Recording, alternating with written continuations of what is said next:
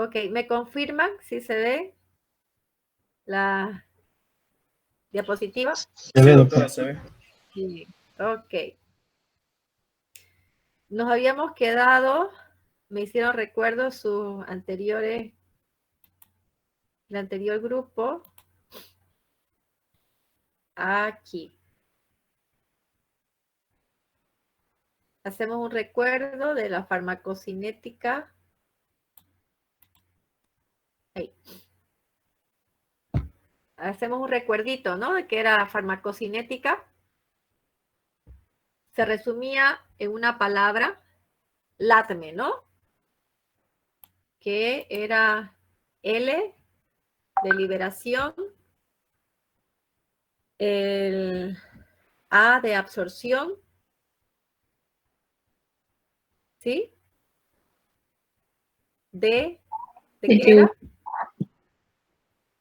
D, distribución, muy bien. M de y E de Excreción. excreción. Entonces, allá habíamos visto los procesos de liberación, absorción, las vías de absorción. Por eso hicieron un trabajito de relacionar las formas farmacéuticas con las vías de absorción. Y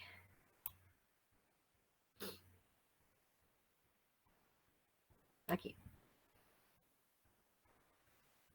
Y ahora vamos a ver la distribución. Entonces, decíamos, bueno, distribución que nos indicaba. Es lo que permitía el acceso del fármaco a los órganos donde debería ir a actuar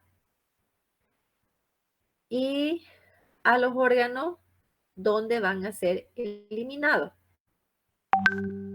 Esto nos llevaba a condicionar la concentración que iban a alcanzar en los tejidos.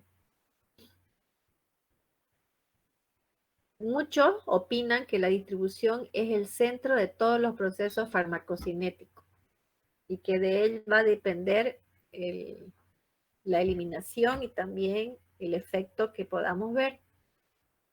A la droga disuelta en el plasma, en el agua del plasma, se la llamaba droga libre. Y a diferencia de la droga unida, estaba esta última ligada a una proteína. La droga libre en el plasma es la que va a pasar al líquido intersticial y luego va a pasar a la célula. Puede acumularse en algunas de ellas. Eso es lo que vamos a conocer después como depósito. Y este pasaje al líquido intersticial se efectuaba a través de la membrana por los poros, ¿no es cierto? Pero en algunos tejidos existían algunas barreras características especiales. Recordemos que la droga libre es la que nos interesa, porque es la que va a ser la responsable de generar los efectos terapéuticos. Se distinguían dos fases en el proceso de distribución. Una fase inicial, donde se involucraba gasto cardíaco y el flujo sanguíneo regional. El corazón, el hígado, riñón, encéfalo y otros órganos que tengan un riego vascular abundante eran los que iban a recibir gran parte del fármaco en los primeros minutos después de que se absorba. Y una vez que se alcanzaba ese equilibrio en las concentraciones del fármaco en los principales órganos, comenzaba la segunda fase, que era la distribución, que se encontraba limitada por el flujo sanguíneo y que incluía una mayor fracción de la masa corporal.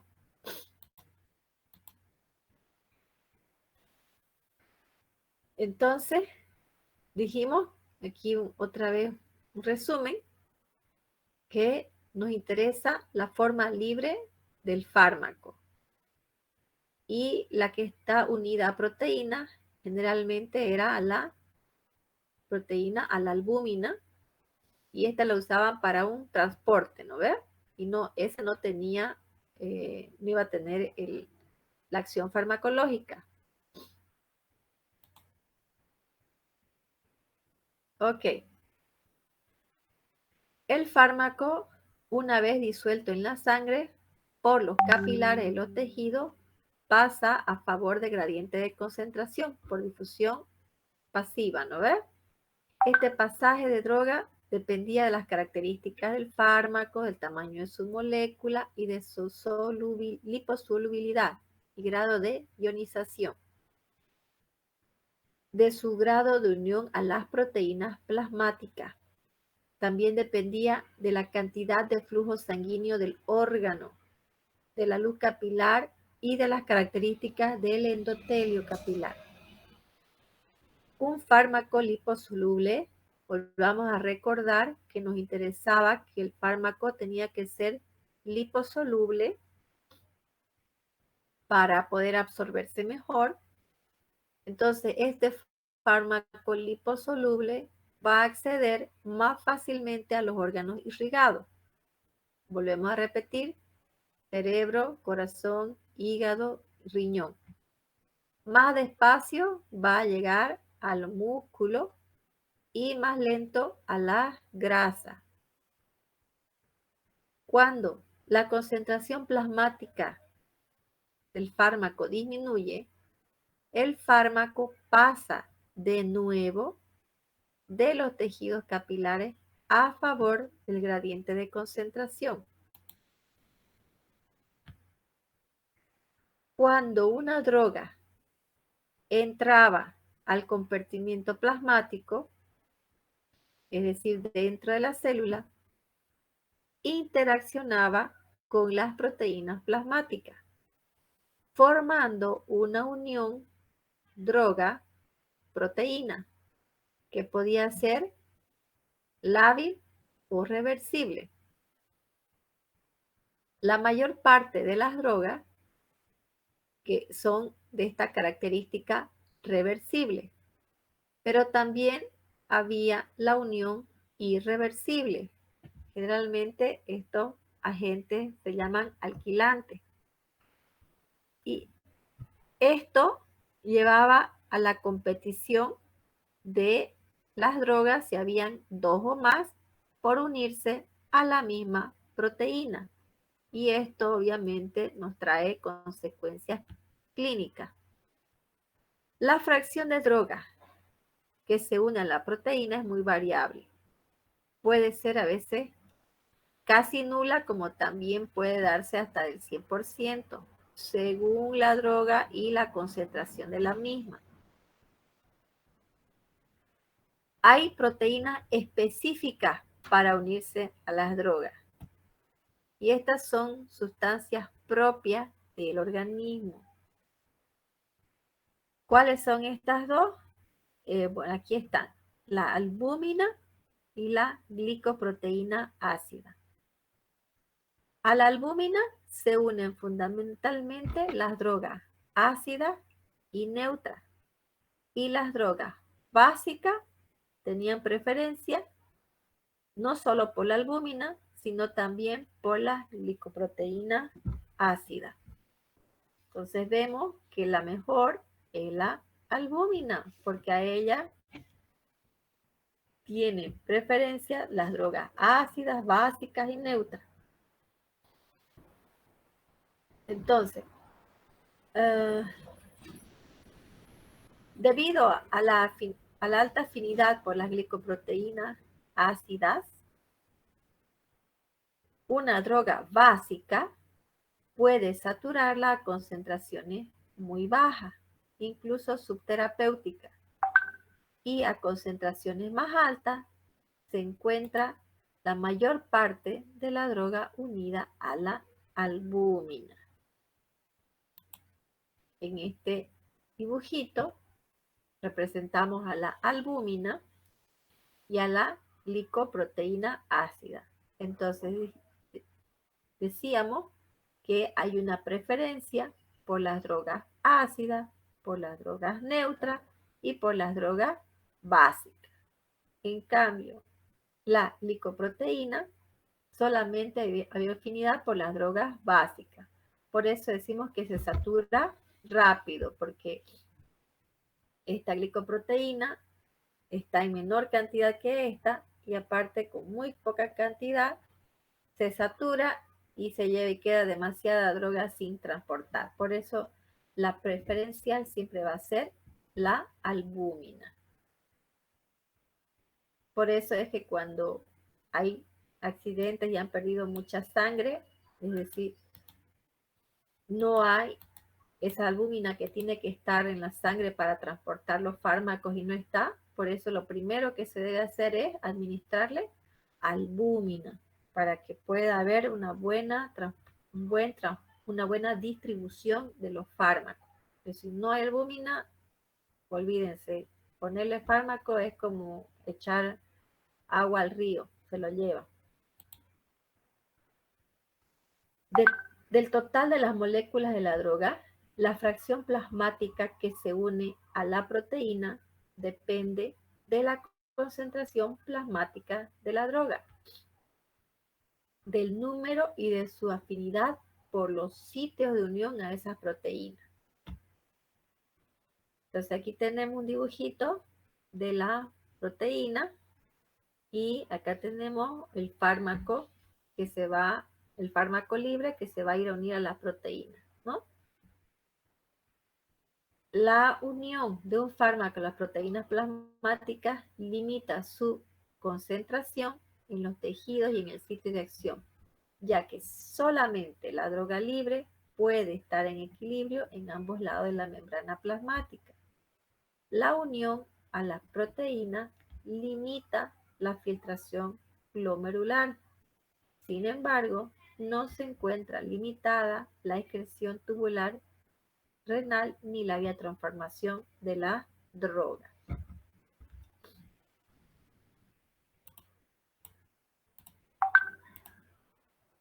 Eh, la mayoría de los fármacos tienen la capacidad de fijarse a determinados tejidos en los que alcanza concentraciones más altas que en el resto del organismo, aunque estén poco irrigados, como es el caso de la acumulación de los fármacos liposolubles en la grasa, la tetraciclina en el hueso y la grisofulvina en la piel. Otros tejidos donde se pueden acumular las drogas puede ser el tejido conectivo en los dientes, los líquidos oftálmicos, músculo estriado, corazón, y un fármaco acumulado en uno de estos tejidos puede generar un depósito o reservorio, lo que va a prolongar su acción en ese tejido y sitio distante cuando sea llevado a través de la circulación. Entonces ya vemos que hay una cierta afinidad de algunos fármacos por algunos tejidos y que después de acumulado, esto puede seguir liberándose y llegando a la circulación sistémica. Acá un resumencito de que el fármaco libre por transporte activo puede atravesar la barrera hematoencefálica, la leche materna, la barrera placentaria y el ojo, hasta llegar hasta los líquidos oftálmicos. Una vez que el fármaco ha sido distribuido gracias a la proteína, llega a la célula, va a ejercer una acción y va a comenzar un proceso de biotransformación o metabolización. Este proceso es el que produce una modificación en la estructura química del fármaco debido a la actuación de los sistemas enzimáticos del organismo. Como consecuencia, se obtienen productos de transformación, que son los metabolitos, y que por regla general son más hidrosolubles y menos activos que los productos iniciales de partida. Se trata de un proceso dinámico e irreversible, es decir, que empieza y no se detiene, no hay como detenerlo ni vuelta para atrás. ¿Cuál es el concepto de biotransformación que dan algunos, en algunos libros de farmacología? Velasco dice, son cambios bioquímicos en el organismo mediante los cuales las sustancias extrañas se convierten en otras más ionizadas, más polares, más hidrosolubles y más fácilmente eliminables que la sustancia original.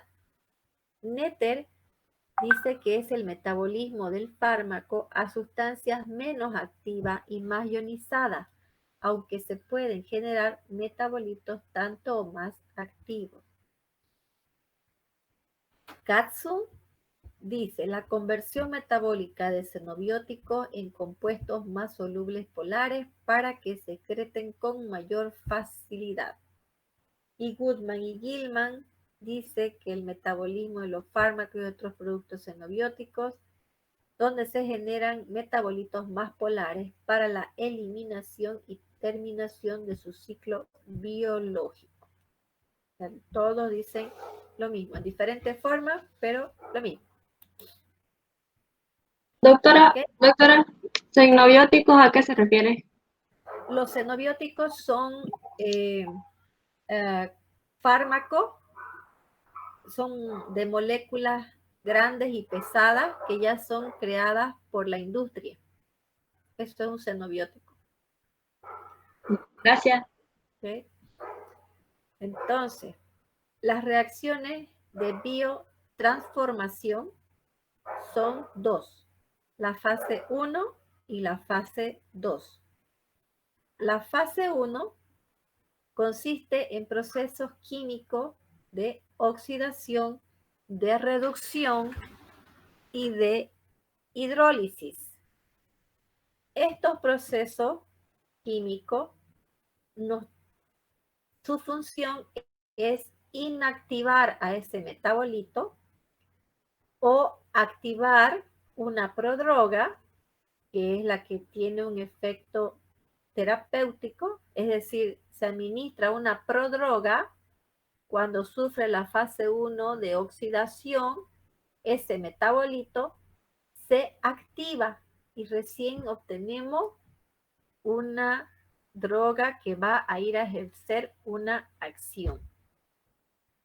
O también pueden generar otros metabolitos que tengan alguna actividad terapéutica o inclusive tóxica.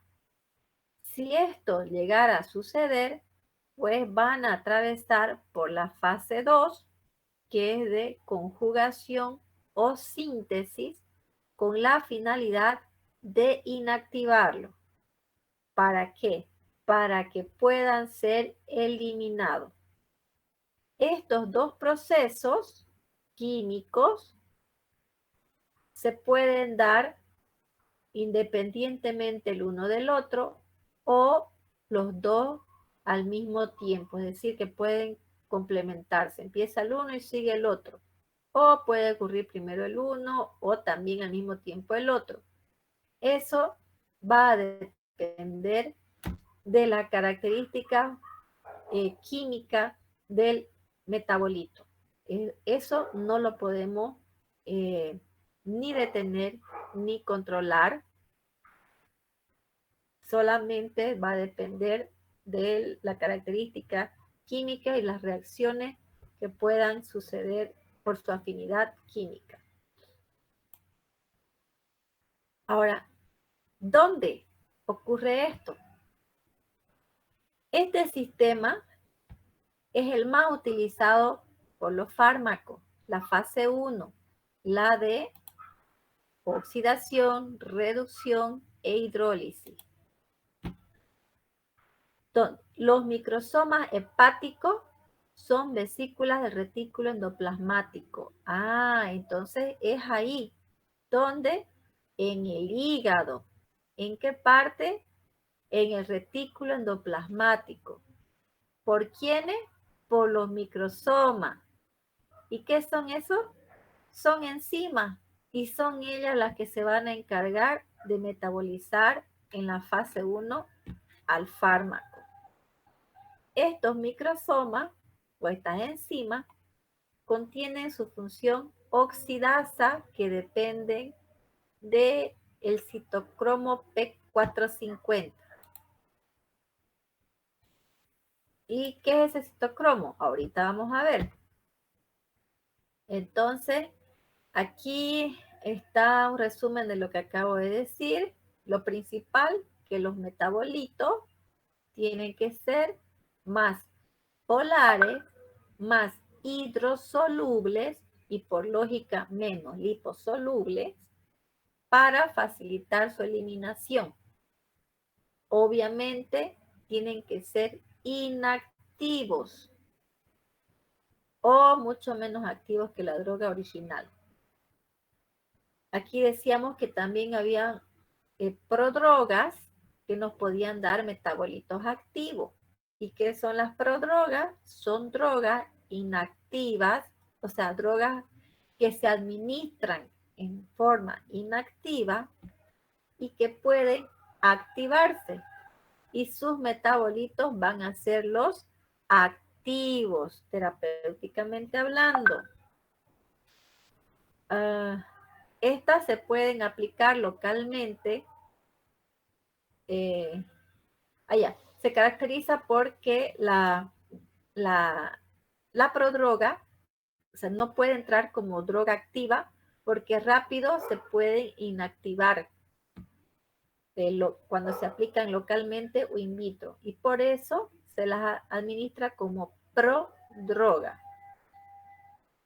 A este proceso se conoce como activación metabólica o bioactivación, donde en el hígado, mucosa intestinal y en el plasma. Un metabolito de una droga puede ser menos efectivo, pero más tóxico que la droga madre, y eso también lo vamos a ver. ¿Qué problemas puede causar el que la droga pueda generar metabolitos tóxicos? Cuando veamos cada familia. ¿Por qué? Porque esa inducción enzimática puede resultar en aumento de la toxicidad de una droga. Y acá otra vez un resumen de que nos interesa que la droga que sea liposoluble se transforme en una más hidrosoluble a través de la fase 1 o la fase 2 de metabolización para que ese metabolito hidrosoluble sea más fácil de eliminar. Aquí la explicación de que una prodroga es inactiva, pero a través de la fase de metabolización de la fase 1 podemos obtener un metabolito activo que va a ser la droga que tenga una actividad. Y una vez que tenga actividad, ese metabolito va a hacer su efecto y vuelve otra vez a un proceso de metabolización por la fase 1 y nos da un metabolito listo para ser eliminado. Generalmente, los metabolitos de las prodrogas tienen una actividad tóxica muy considerable. Vamos a ver también, cuando veamos AINE, ahí vamos a conocer a una prodroga, que es el próximo tema, AINES. El metabolismo microsomal de las drogas incluyen procesos que son catalizados por las monooxigenasas de función mixta y la UDP-glucuroniltransferasa. Entonces, ahorita vamos a explicar qué quiere decir monooxigenasas de acción mixta. Recordemos que estamos hablando de enzimas que se localizan en el retículo endoplasmático liso. ¿Ok? Entonces, aproximadamente el 60% de los fármacos van a ser metabolizados por este sistema enzimático. ¿Por qué se llama monooxigenasa? Todas son enzimas oxigenasas, pero resulta que para el proceso de metabolización utilizan una molécula de oxígeno. De ese oxígeno que entra por nuestros pulmones, utilizan solo un átomo para el proceso de oxidación del sustrato. Por eso es que se denominan mono de uno, oxigena de oxígeno. Y la otra molécula de átomo la utilizan para formar agua. Por eso se designa oxidasas mixtas, porque hacen dos funciones. Uno el de oxidación y el otro el de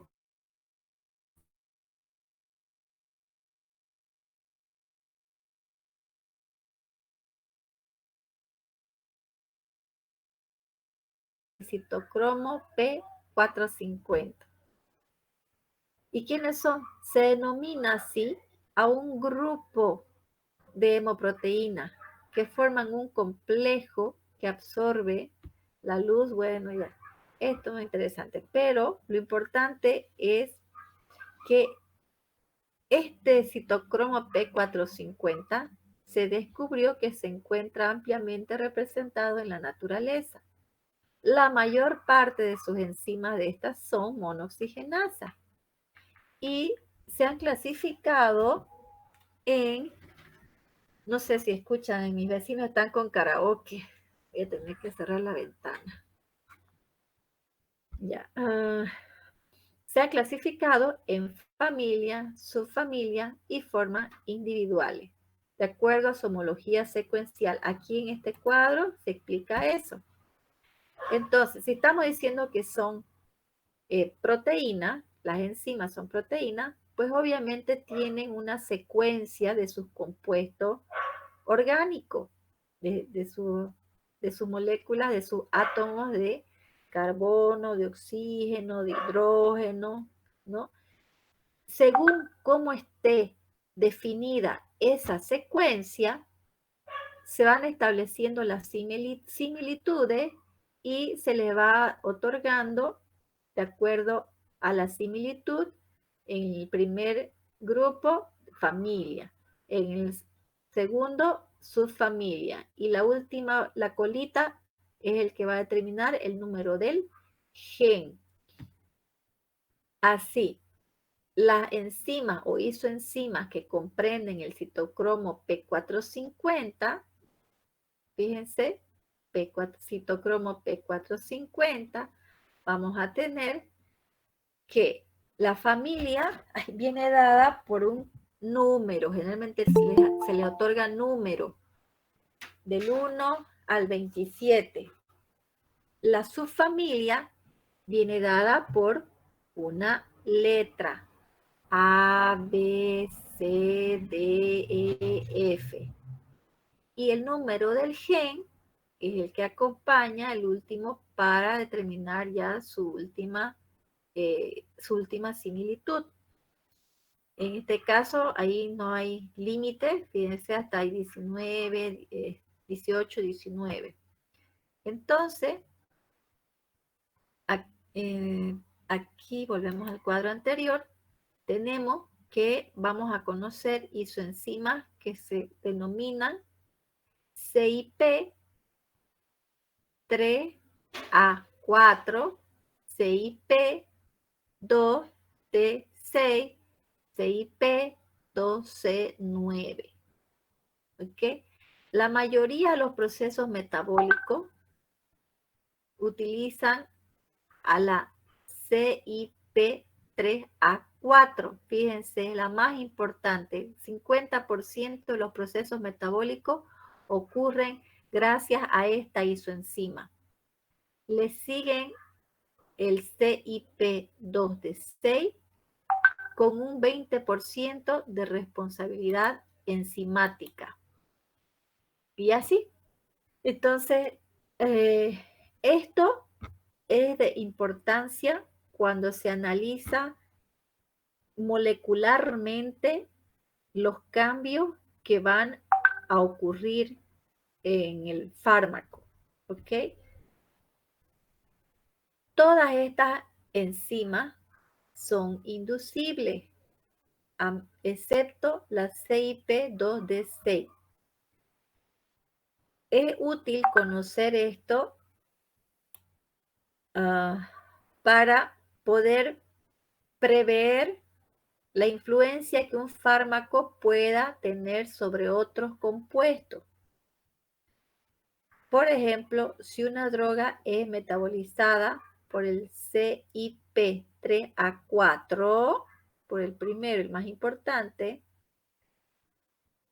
su metabolismo puede ser incrementado por la presencia de barbitúricos o inhibido por la presencia de macrólidos. Y esta inhibición o incremento en la actividad puede traernos interacciones de otros fármacos. Como un ejemplo, aquí, por ejemplo, está la CYP1A2 puede tener un efecto inductor cuando hablamos del omeprazol, es decir, administramos el omeprazol y el omeprazol tiene un efecto inductor sobre esta isoenzima. Y ese efecto inductor me puede traer alteración si se administra al mismo tiempo cafeína.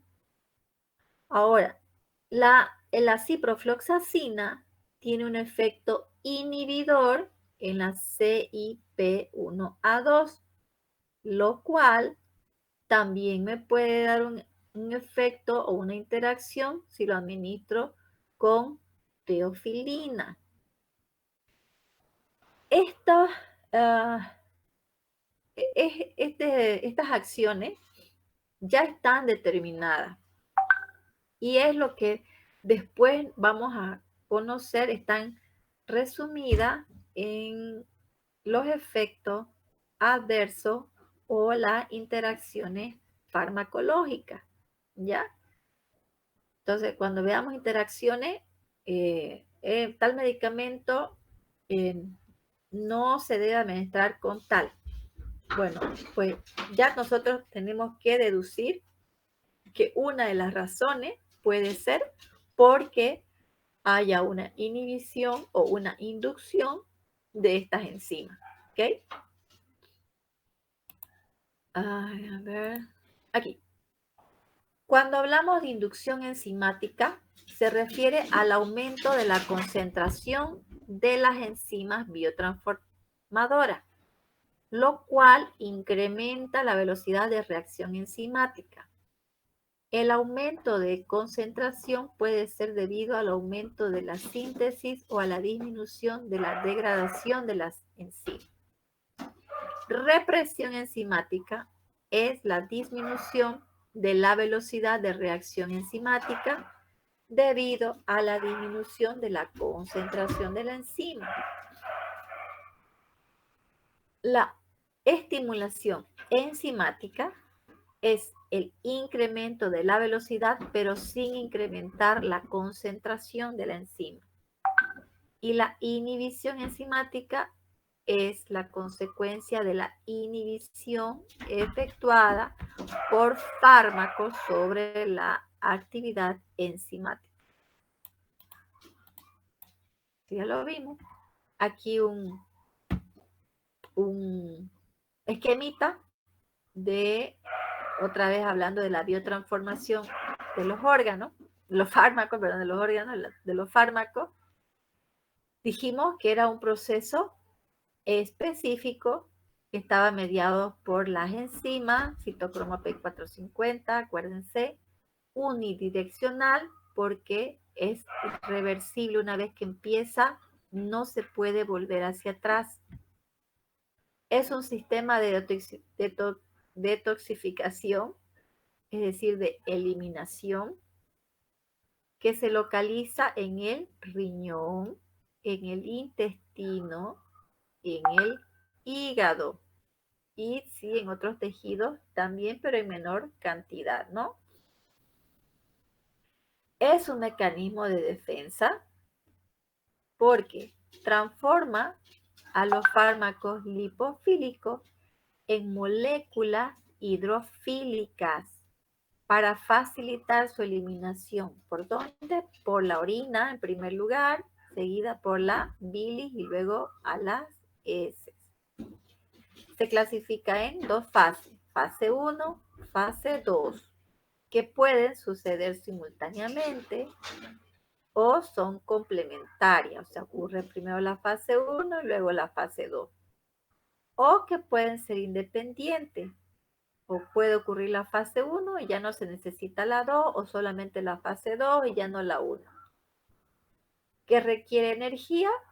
Sí, requiere gasto de ATP. ¿Por qué? También porque se utiliza una molécula de oxígeno por parte de la enzima. Okay. ¿Qué factores pueden alterar ese metabolismo? Obviamente, la edad. Los ancianos y los niños tienen disminuida su actividad metabólica. ¿Por qué? Obviamente porque el hígado no está en pleno desarrollo o porque el hígado no está ya funcionando al 100%. La presencia de alguna patología hepática puede disminuir también ese metabolismo. Factores genéticos que puedan producir mutaciones en las enzimas metabolizadoras también. La dieta, las dietas que tienen demasiadas proteínas también pueden alterar la oxidación de los fármacos. El hábito de fumar puede inducir a un metabolismo más rápido de los fármacos. Algunos fármacos pueden también inhibir o inducir directamente a las enzimas. Ok, y una vez que ya está metabolizado, viene el proceso de eliminación o excreción de los fármacos. Esta eliminación o excreción es uno de los mecanismos por los que se eliminan del organismo los fármacos y sus metabolitos por una excreción renal y biliar, sin que se modifique más que la estructura química. Los fármacos o sus metabolitos son eliminados del organismo mediante dos mecanismos fundamentales: la eliminación hepática y la excreción renal. La eliminación hepática, el fármaco es metabolizado en el hígado y excretado por las vías biliares. Y la excreción renal, los metabolitos pueden ser retirados de la circulación por la filtración glomerular o secreción tubular o la reabsorción tubular pasiva.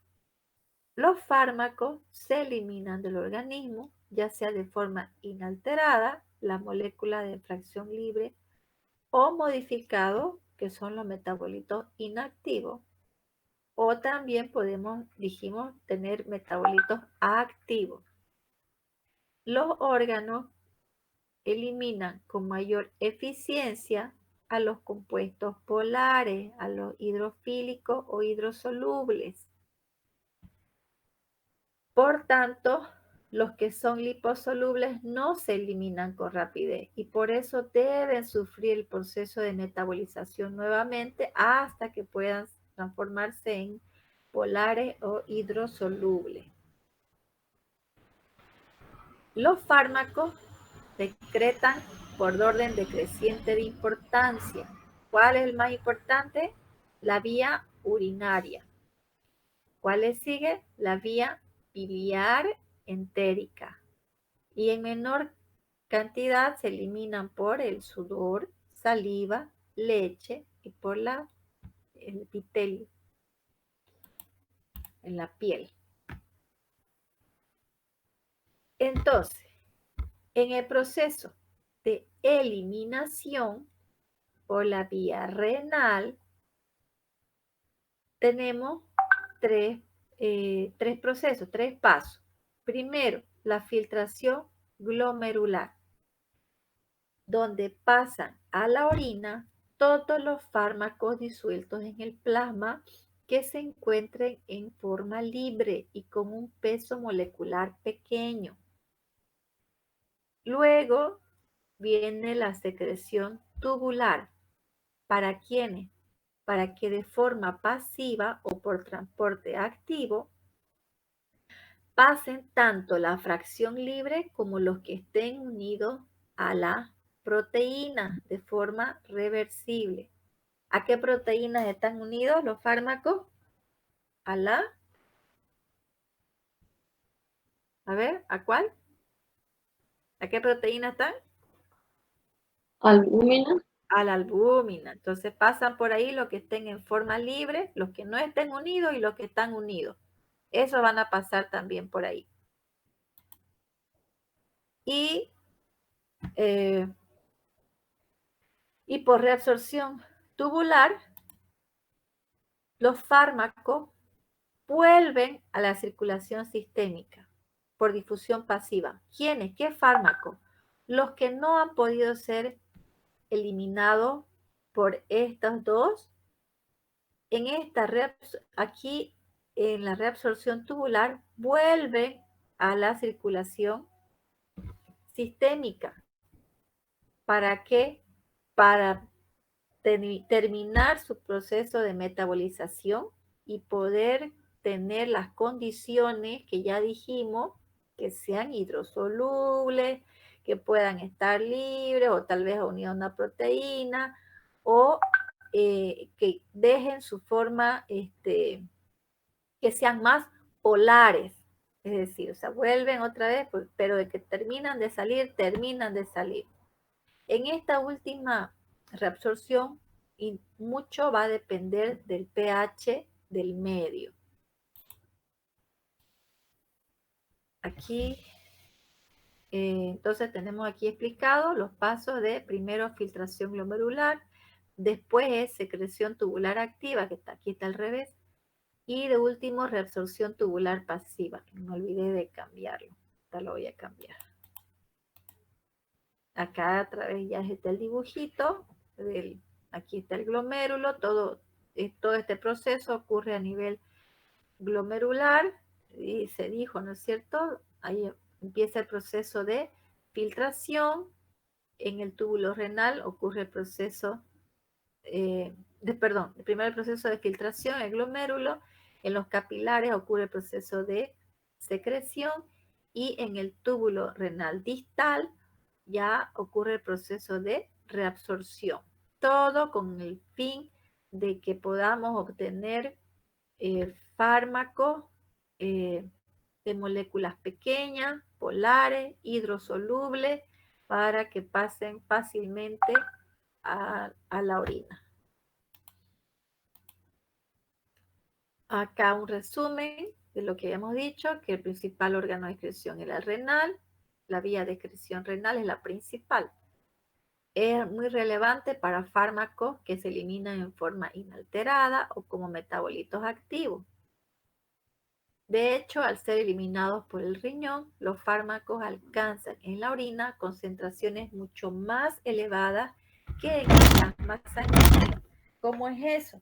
Eso lo vamos a ver cuando veamos en efecto por qué se puede tener más concentración de plasma. No en efecto, perdón, me estoy confundiendo. Cuando veamos en vida media, por qué se puede tener más concentración del fármaco en en la orina que en sangre, pues porque, como dijimos, que tiene que tener un proceso para ser eliminado, para ser inactivados como metabolitos. Este proceso de eliminación puede verse variado por la, no variado, sino aumentado por el hecho de que uno administra cada cierta hora un fármaco. Entonces, hay un tiempo también para la eliminación, así como para la administración, también hay un tiempo para la eliminación. Un momentito, por favor, prender la luz.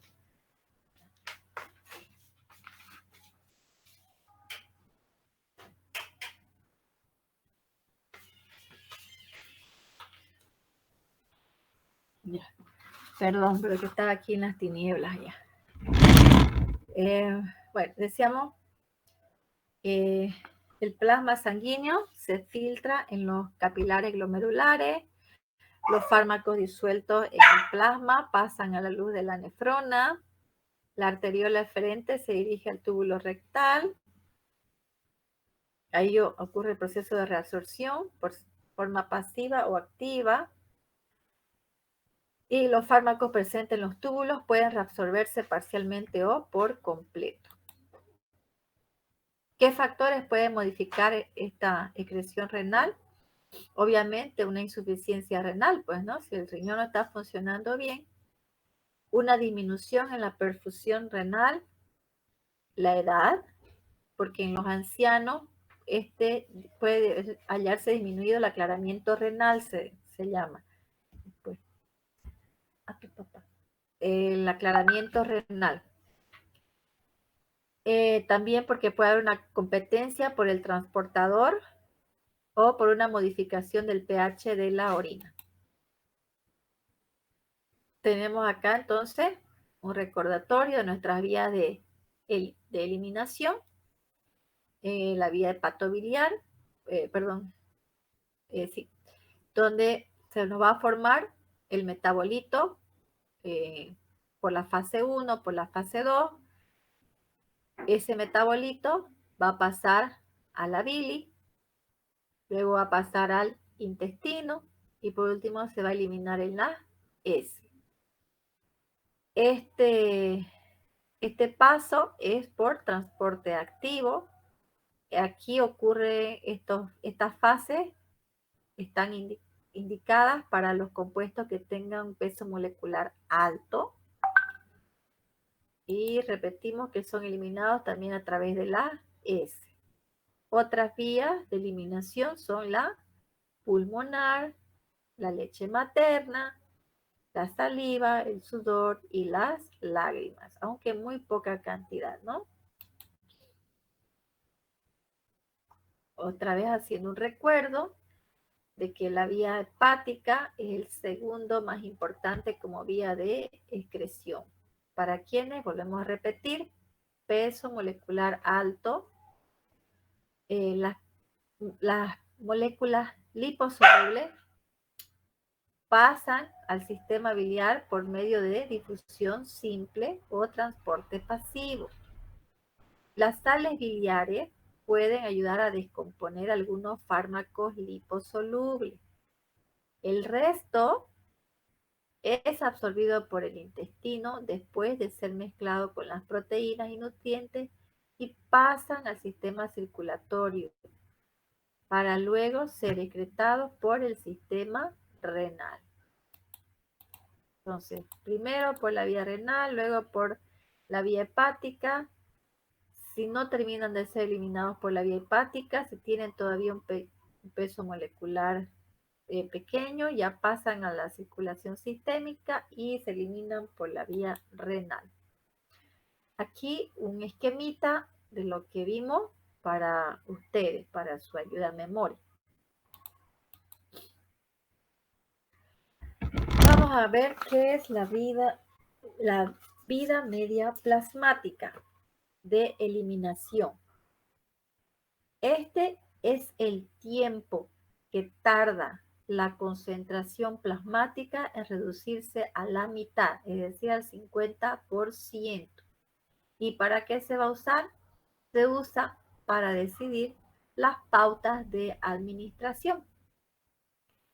¿Se acuerdan cuando vimos nuestra curva AUC? Teníamos un periodo de latencia hasta que había ya una buena absorción y alcanzábamos una concentración mínima para empezar a obtener un efecto terapéutico.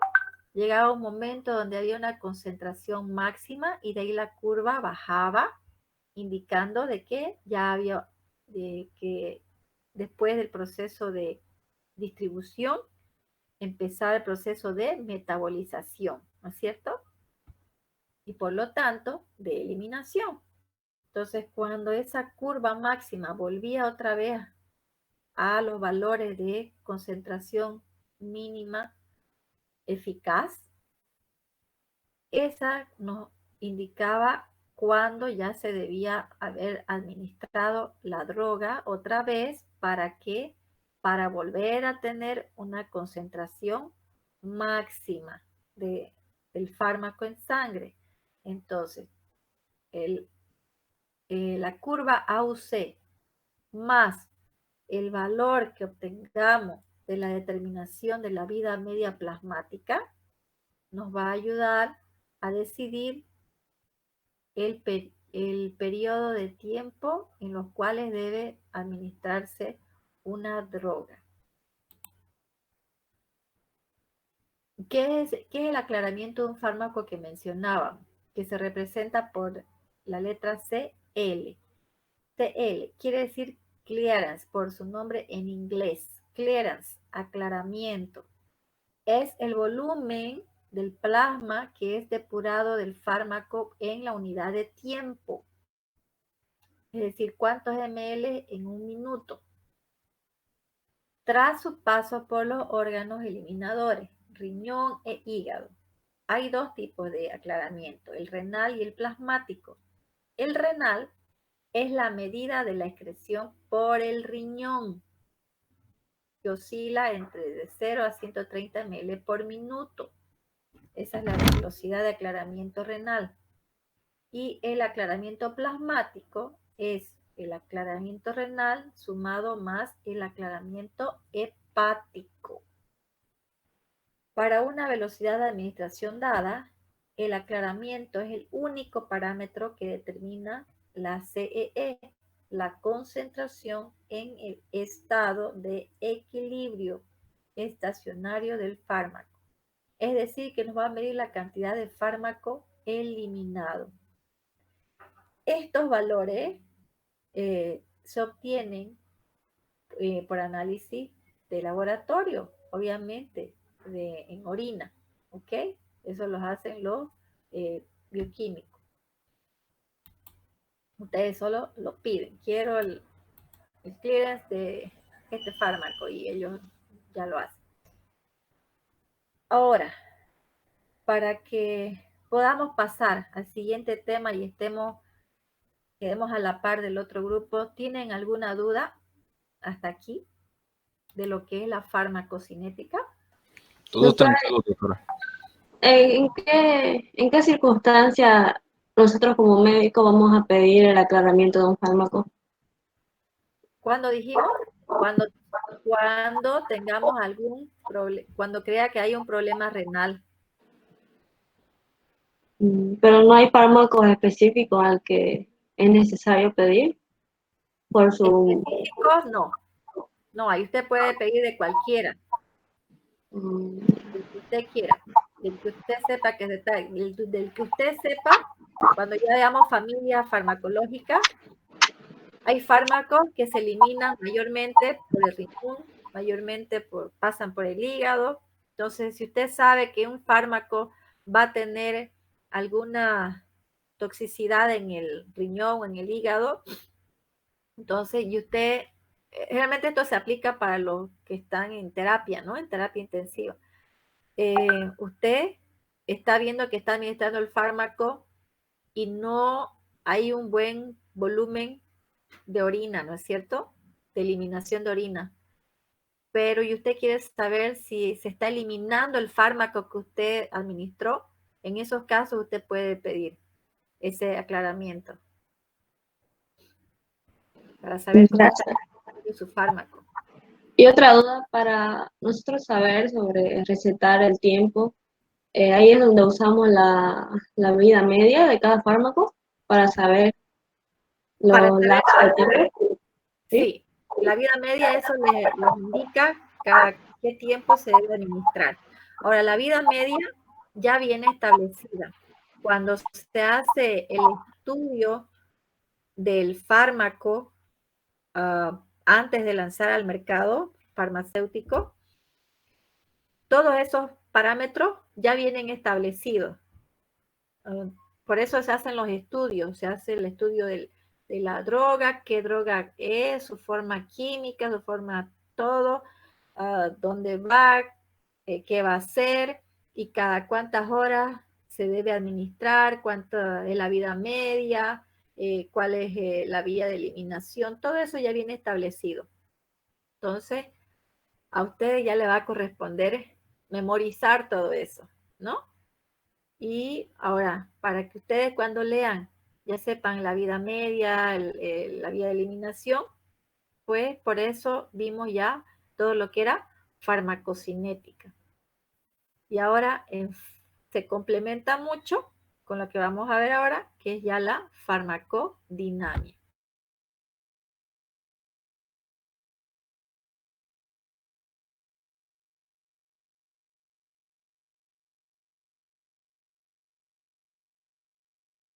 Entonces ya van a hacer hasta el tiro, este se elimina por aquí, este se elimina por acá, pasa por aquí, por eso es más tóxico.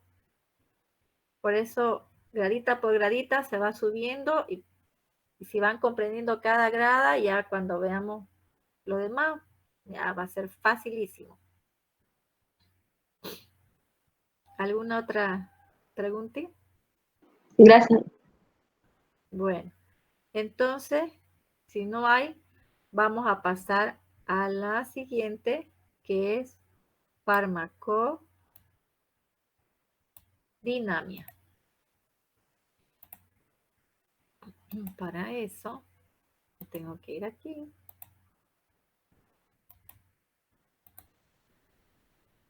Voy a buscar